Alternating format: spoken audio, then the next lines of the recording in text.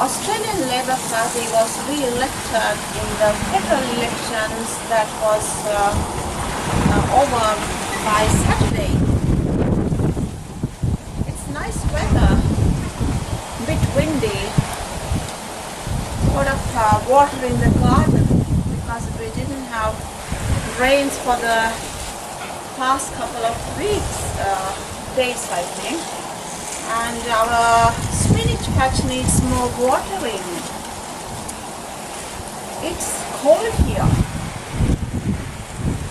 but it's not yet winter. Anyway, it's good to feel the cold after the scorching in Sri Lanka.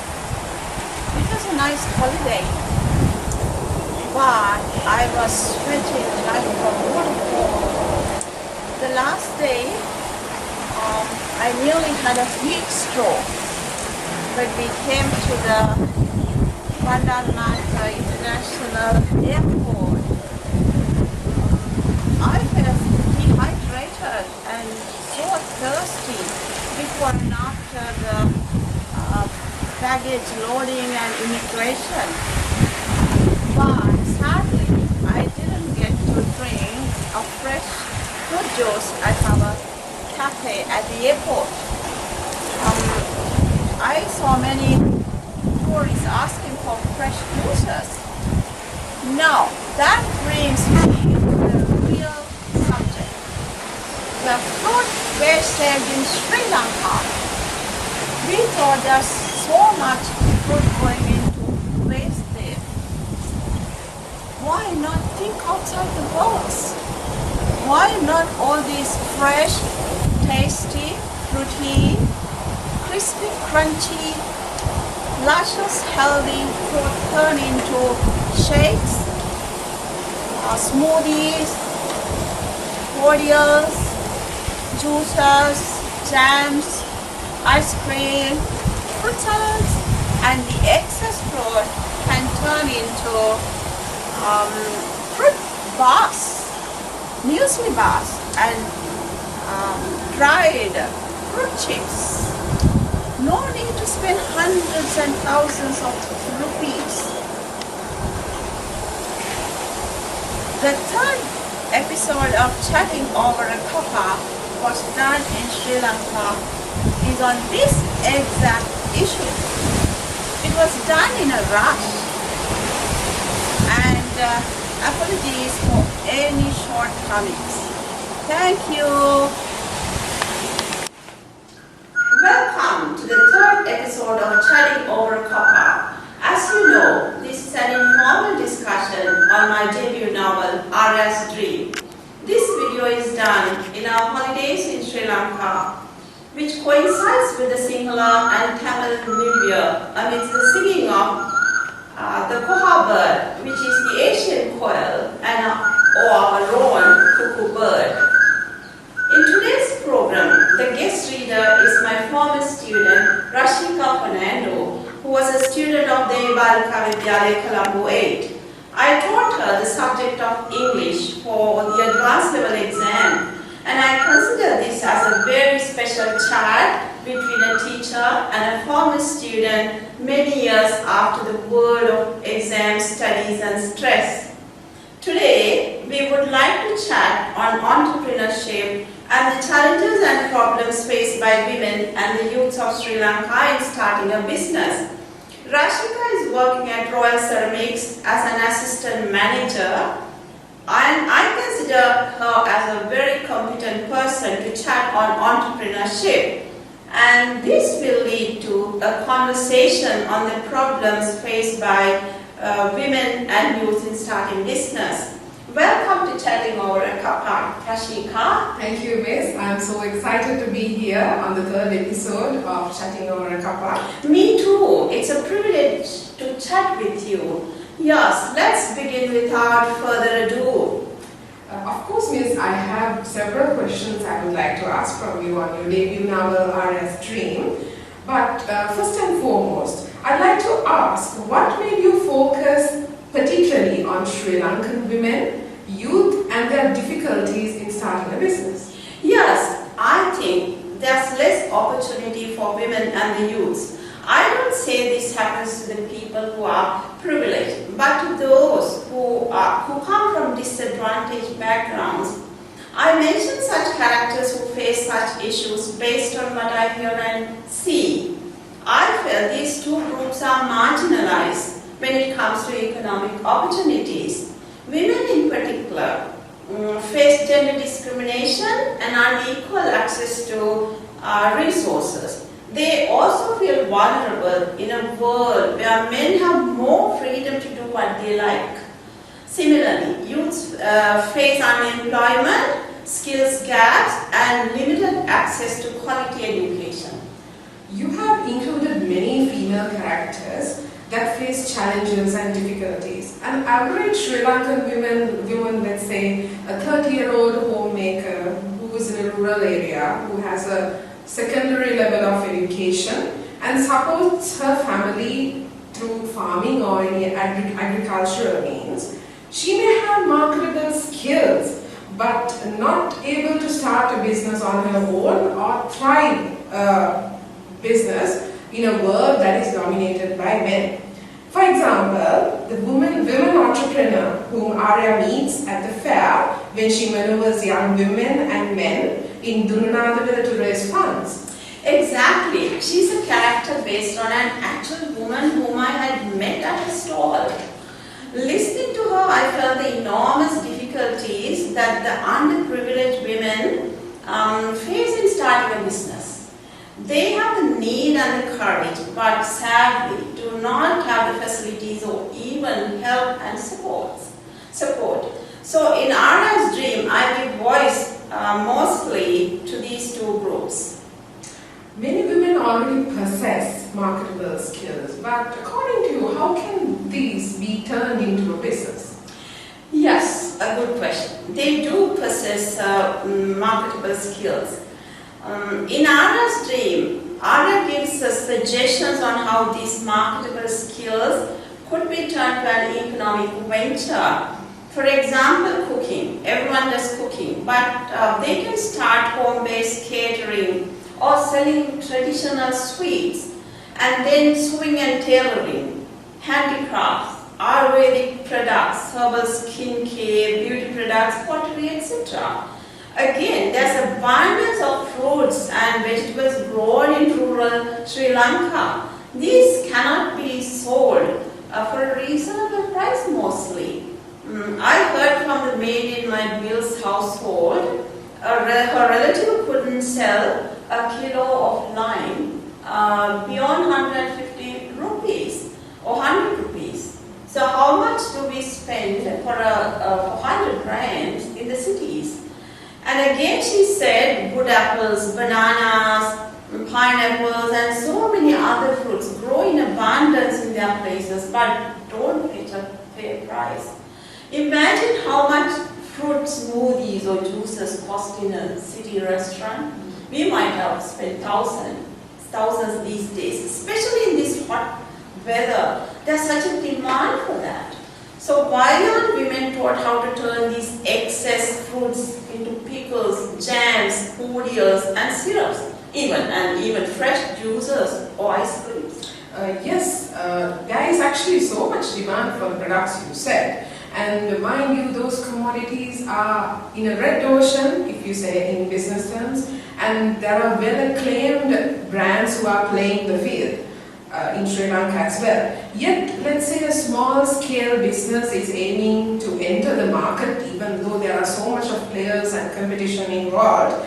They might be targeting a niche audience, let's say. But do you think that the government and financial organizations should help them more, because training in such skills may be expensive in certain private institutions? Yeah, of course, the necessary training should be done by the government, maybe with funding from other institutions and organizations. On top of training, other opportunities need to be organized. Otherwise, starting a business may be very difficult for them. While I was writing Arya's dream, I went to the bank and met a bank officer. When I went to the bank on another matter, she mentioned all the needs everybody must meet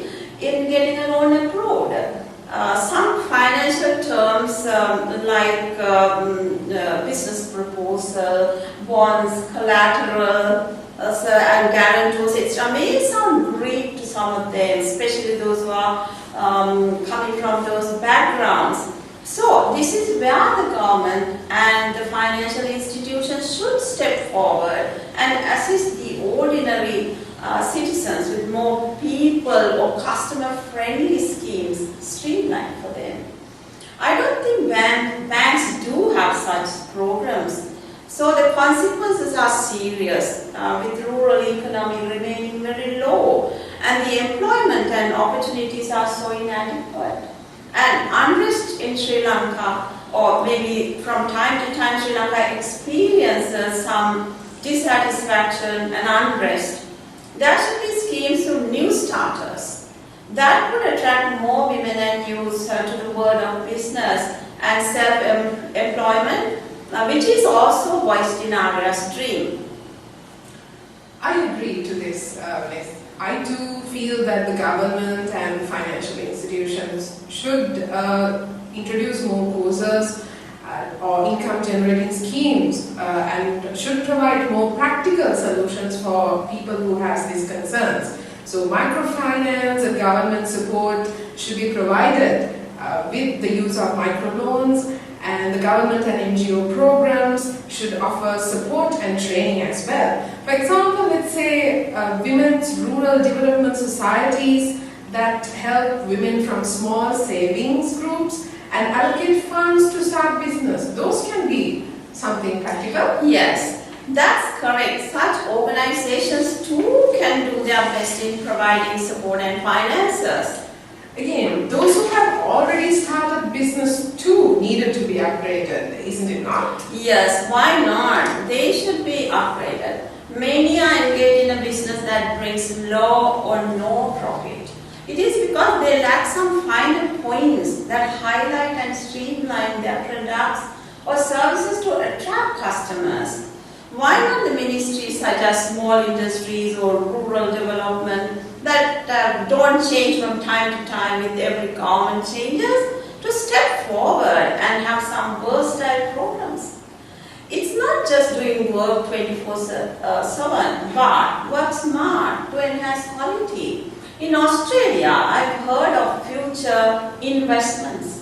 Is there such a department in Sri Lanka? It's to research what areas need more investment in future and help with technology and know-how. That's the key point.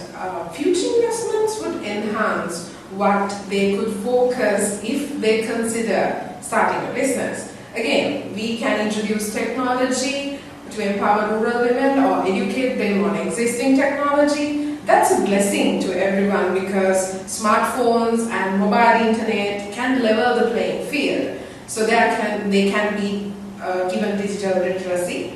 For example, how to use payment apps. There are many apps which are available online that can be downloaded on your smartphones. Also social applications like Facebook, WhatsApp, Instagram. You can use those to market your product these days. YouTube you can use to learn or polish your own existing skills, as well as TikTok is also again another platform where you can market your product as well as learn new things to polish your own product.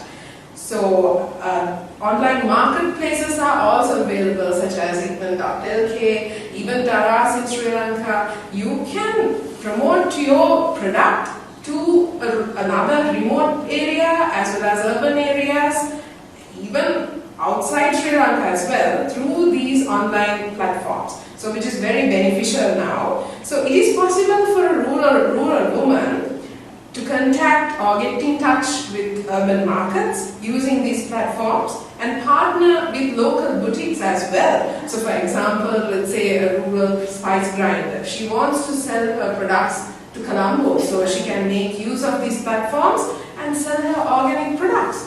That's very easy.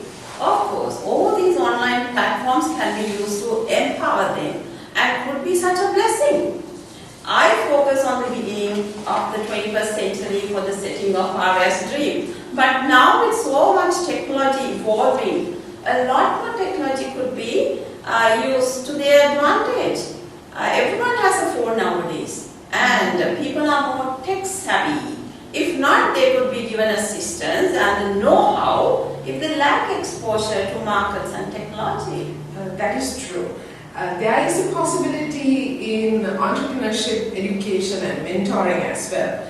They could be provided with importance of basic education such as pricing, price control, and even marketing. And the mentorship programs we can have via Zoom or certain WhatsApp group so that they can be more educated on how to play the field of business. Well, the sky is the limit to empower them with the information and knowledge available now. So, whatever possible or available for the city women could be available for the rural women to a certain extent. So, it will level the playing field. That is very true. Another area to consider is the challenges faced by women entrepreneurs, especially on lack of certain resources. For example, finance, there could be lack of family support and limited mobility due to their family responsibilities, balancing their family life and business life, and time management. And even today in Sri Lankan society, we see a social stigma around women doing business within commas, actually, within quotes actually. So they can also fall victim easily to these online scams we hear nowadays. So what's your stance on this? Yes, they may have their fair share of difficulties in starting or establishing a business. Most women are considered as to be the homemaker. So some husbands may resist, and they will face the stigma of being labeled as a businesswoman. Ours is still a traditional society, Rashika, and there should be changes in the way of thinking, or they should start thinking outside the box, isn't it? A character in the story I introduced has so much resistance from her husband that she is unable to continue. But, however, community support is given. That's a special feature that we have to think of. And so a good support system is essential. Family involvement, for example, sharing responsibilities in household and business work, and maybe shared community solutions like child daycare, working flexible hours, they can be very much to their advantage, and they are essential.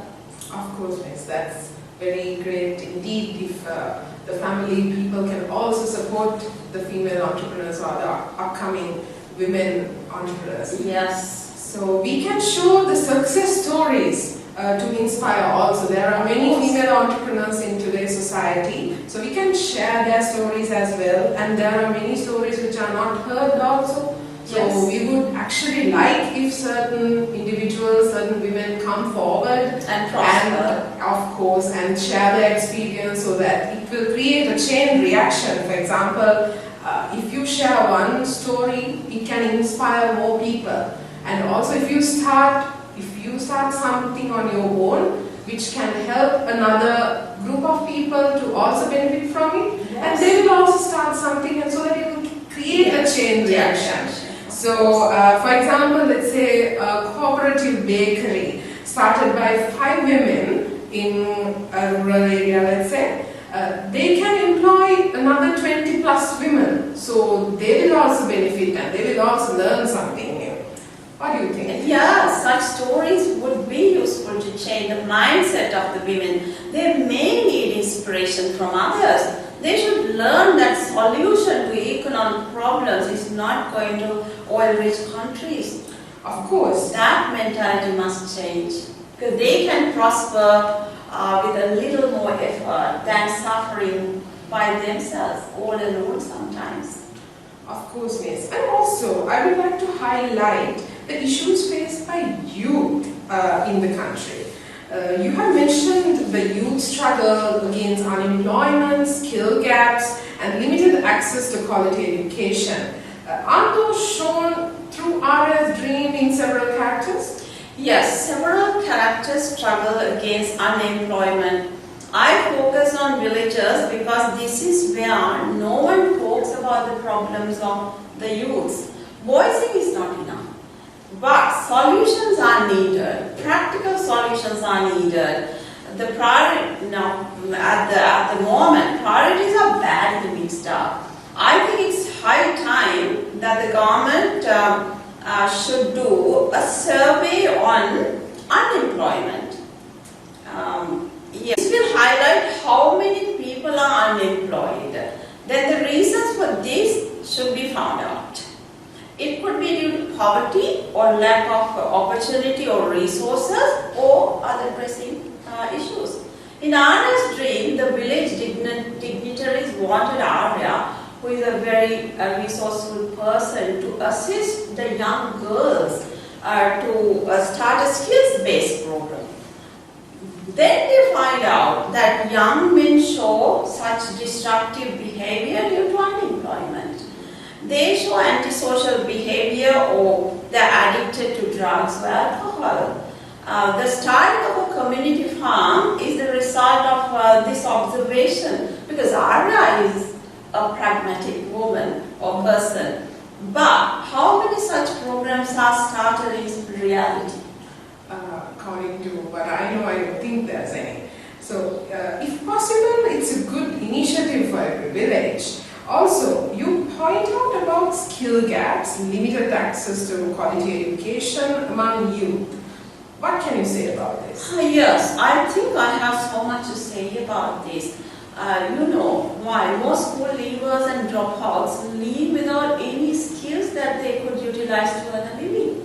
In my vacation of barely 2 weeks, I met a young school leaver who has no skills to offer.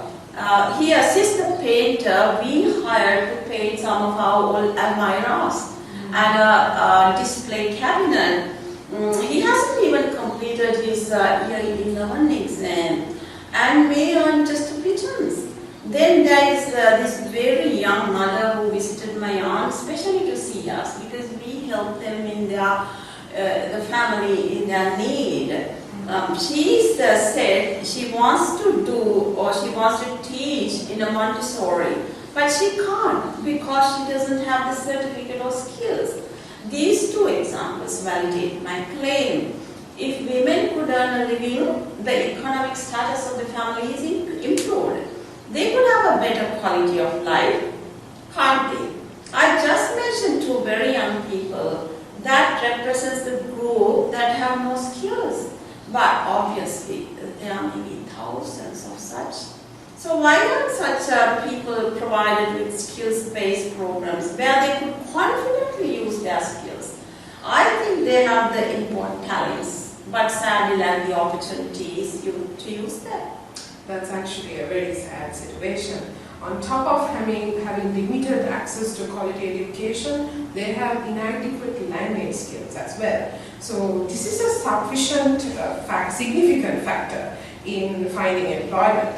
I know how private sector works, and fluency in English is a must, although how much people say it is not. You can get away with certain AI models these days, but only up to a certain extent. There will always come a time where you get stuck. Yes. So what do you think about that? Of course, it's a must in many sectors, especially private sector and the service industry.